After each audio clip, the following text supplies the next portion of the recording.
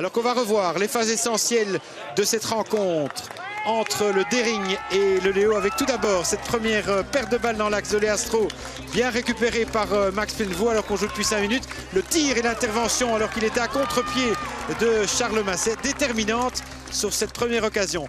Ensuite, c'est Tanguy Cousins qui allait se jouer de ces deux gardiens pour remettre à Victor Winier qui en 2 temps trompait Romain Hennet d'une superbe reprise en pleine lucarne. Il ouvrait le score à la 7e minute. On revoit cette double tentative sur Cuvelier et puis Hennet qui ne pouvait l'arrêter. Ensuite, c'est Dominique Huer sur PC qui a envoyé cette balle bien reprise par Van Lintout et puis par Woods. Et enfin Brunet pour tromper une deuxième fois la vigilance de Romain Hennet sur cette belle reprise des croisés à 2 minutes de la fin du premier quart. Ensuite, sur ce tir touché par Henrique et qui a accordé un stroke, c'est Max Penneveau qui allait réduire l'écart à 2-1.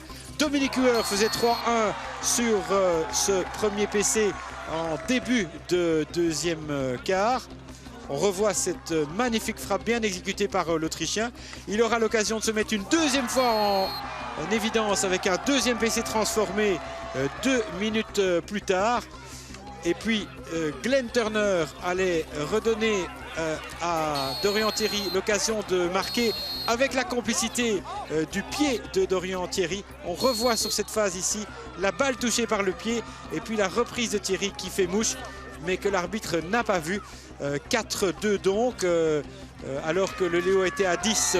Brunet parvenait sur ce bon service entre Leastro et Hermans d'un geste technique. On revoit la phase d'abord avec Oleastro, la déviation d'Hermans et puis celle de Brunet subtilement à faire 5-2. Et puis nouveau stroke sur cette faute de Tanguy Cousins qui était transformé par Glenn Turner à 12 minutes du terme. On pensait que le Léo allait pouvoir faire encore quelque chose, mais il n'en sera rien.